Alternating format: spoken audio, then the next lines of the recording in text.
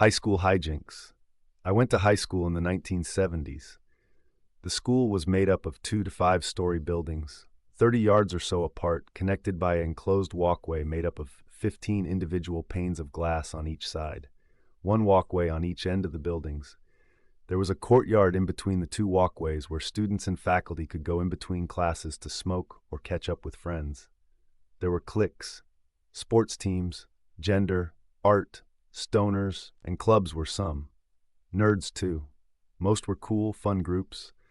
But there was a certain clique of snooty, rich, smart-ass kids, made up of mostly girls with a few guys also that were led around by their noses. They thought their shit didn't stink. I was a tall, skinny kid who got picked on by that clique in art class. BC, I was a 6'3" skinny kid with red hair and freckles. I wasn't one to fight back. Woody Woodpecker and Howdy Doody were names they pinned on me.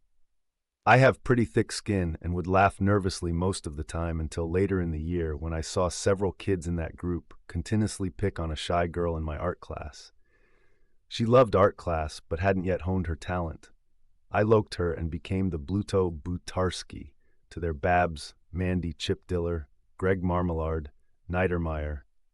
In between classes, those kids would make snide comments loud enough for others to hear about some of the clothes I wore. Black tee, ripped jeans, boots were standard as along with my long red hair. Fast forward to March. The majority of that group made up the prom committee. I had also joined the committee along with a couple other friends who shared my views of them. They never took any of our suggestions and acted like they were better than us. Nothing new. One of their choices was to make individual letters on 4x6 sheets of paper that spelled Senior Prom and tape them onto the glass panes on one of the walkways in between the buildings. They made sure everyone knew it was their idea. The sign got a lot of attention, but much, much more when my friend and I decided it was time to get our revenge. Anagram time. Fourth period classes had started, but we skipped it and rearranged the letters to spell penis room.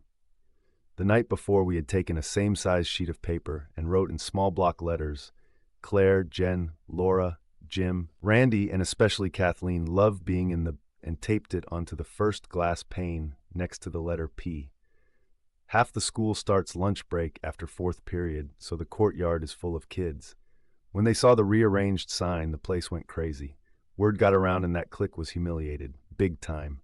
It got a ton of attention. A photo of it even made the yearbook introduction collage of photos. Slightly censored, haha. Every reunion since then, it's one of the memories brought up. Ahaha.